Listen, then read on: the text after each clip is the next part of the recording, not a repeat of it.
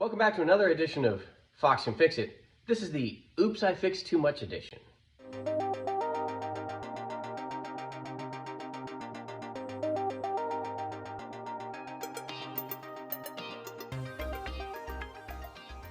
So I had been rattle canning and wet sanding the hood of my 1982 Honda Civic because it was faded all the way down to the primer and there was a little bit of rust up here in this area. And I had been wet sanding just to make it a nice finish before I clear coat. And I wet sanded over a rust bubble that I didn't notice.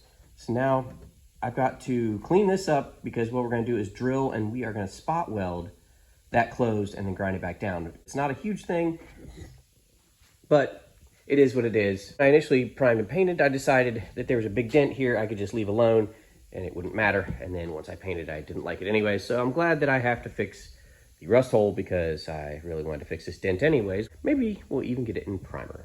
Now, the first thing I'm going to do that's probably wrong is I'm going to take my angle grinder and I'm going to go through all the paint. I'm going to try to keep this as flat as possible to the hood so I don't do too much damage.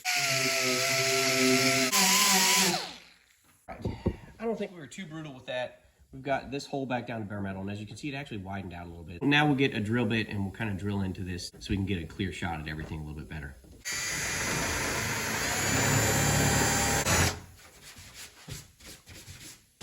Rust is gone from there, so we can now attempt to spot weld this up.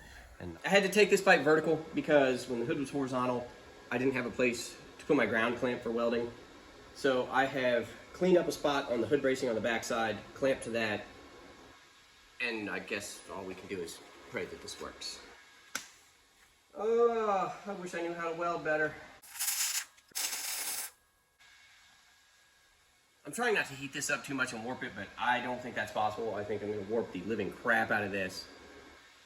But I've already started. Yep.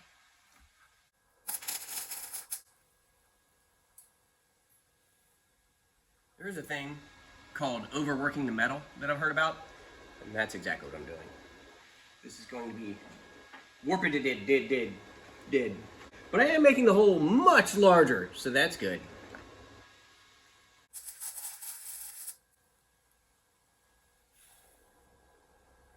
Next time somebody tells you you can't weld to rust, they're exactly right.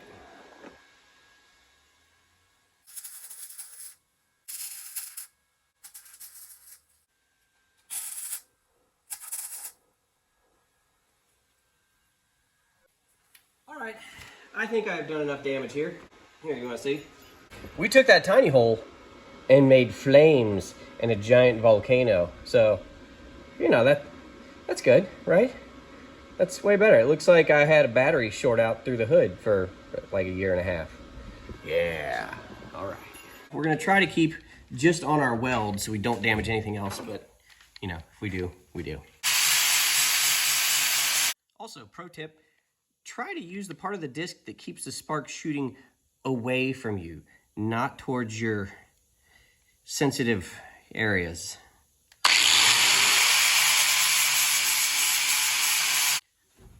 So I've got a wet rag that will cool it off with, kind of in between. Oh, look at that. Some of my scorching is gone. Oh, ooh, fancy. Yeah, I feel better about it already. Yep. Keep in mind, I'm just making this up as I go along.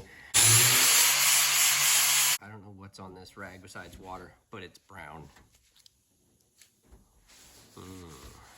Brown. When I'm doing this, I am just sort of grazing it back and forth, taking it down a little bit at a time because I can't chew through the rest of this hood and I don't want to create more problems. We're getting there. It's definitely lower, but as you can see, we've got a little bit of ways to go.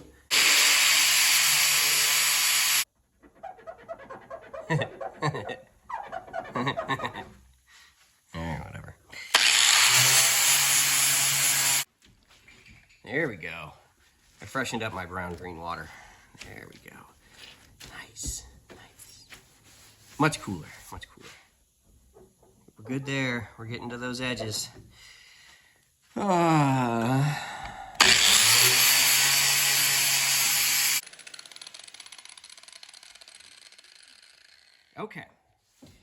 That is as far as we are going to go with that.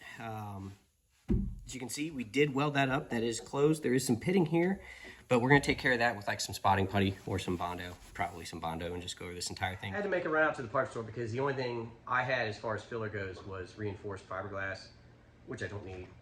I'm gonna go ahead and try glazing putty. It's not like I'm trying to fill anything in. I'm really just smoothing it over. So we're gonna mix this up. We're gonna apply it to our damaged, maybe made worse hood and see what happens. One extra tip, if you get countertop samples when you do any sort of home remodeling or you go to one of your big box stores and you get samples, they make great filler spreader boards. I completely messed up by not pushing record until right now. Golf ball size to 1 inch, just like regular. Mix it up, spread it on. This sets up in 2 to 3 minutes according to the package, sandable in 12 to 15. Here's the end result. Alrighty. It's been a little over 15 minutes. Let's come back and make sure this stuff's dry and we'll start sanding on it. Also, pro tip, use the 15 minutes to clean your mess up so you have more room to work while you're sanding. Don't just stand there and stare at it. I'm gonna go ahead and start with dry sanding, going with 400 grit because that's what I had. Whatever.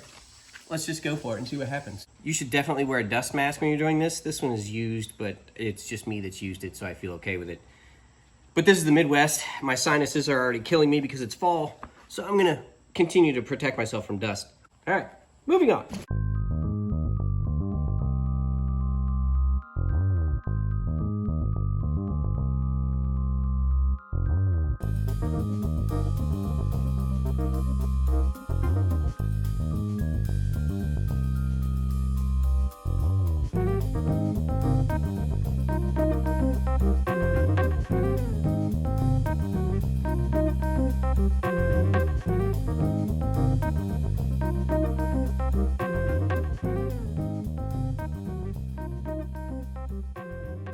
This is as good as we're gonna get it. And I think we've made some pretty good progress. This is smooth to the touch. This is gonna be good enough. This is more of a you can do it body thing as opposed to 100% correct, accurate. This is backyard, pay for parts at the store. This has been drying for about 10 minutes. I feel confident enough in this to go ahead and hit it with primer and see what happens. What's the worst that can happen? I have to do more work. I've already done a ton. So let's do that. I'm gonna use a sandable filler primer. Oh, if you don't want to get primer on things, you should mask it off, but whatever.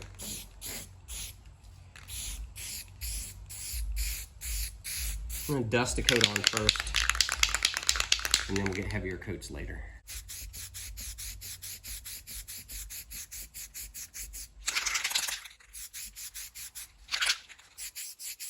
Make sure anywhere, even on the margins, if you've hit an area that you didn't mean to, make sure you just go ahead and get that too, because any marks are gonna show up in your paint when you're done if you don't do it. Time for coat number 2. This is gonna be a little bit heavier coat since we've already got something down for it to grab a hold of.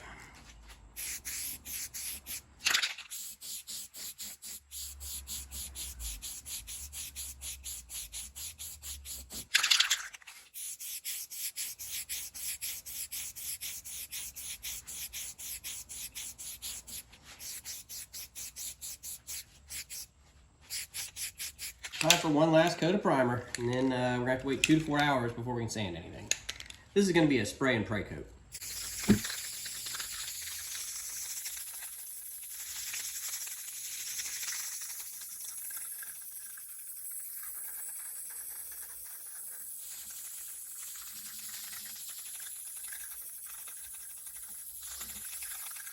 And there we go. I'm out of primer, so that's gonna have to do. It's been a couple hours. I came back, I sanded it. I'm ready to throw some color at it. I think we've done pretty darn good filling everything in. So I think we're ready for a coat of paint. I'm almost out of paint, so we'll see what we can do.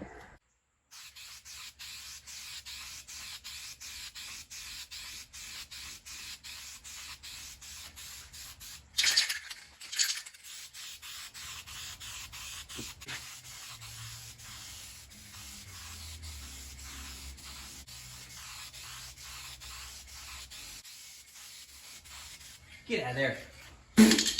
Seriously. One gnat in the whole garage. He's trying to land on my wet paint. Alright, that one's done.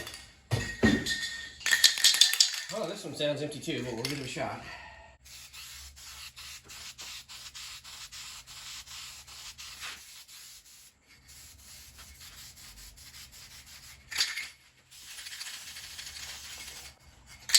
All right, well, that's it. I'm out of paint. All right, well, since I'm out of paint, I guess we'll just call this an episode. It's hack bodywork for beginners. A little bit of welding, a little bit of grinding, sanding, priming, painting. You get it. Basically, it's all trial and error when you teach yourself, and it's not coming out too bad. Good thing about project cars is as long as you're not trying to make it a show car, you can experiment and teach yourself all kinds of new things. Sometimes you get it right, sometimes you get it wrong, sometimes you get it both. This time, it's probably both. All right, well, don't forget to like, share, and subscribe. And maybe next time we'll get some more paint on it and see how it actually turned out. Thanks for watching, everybody.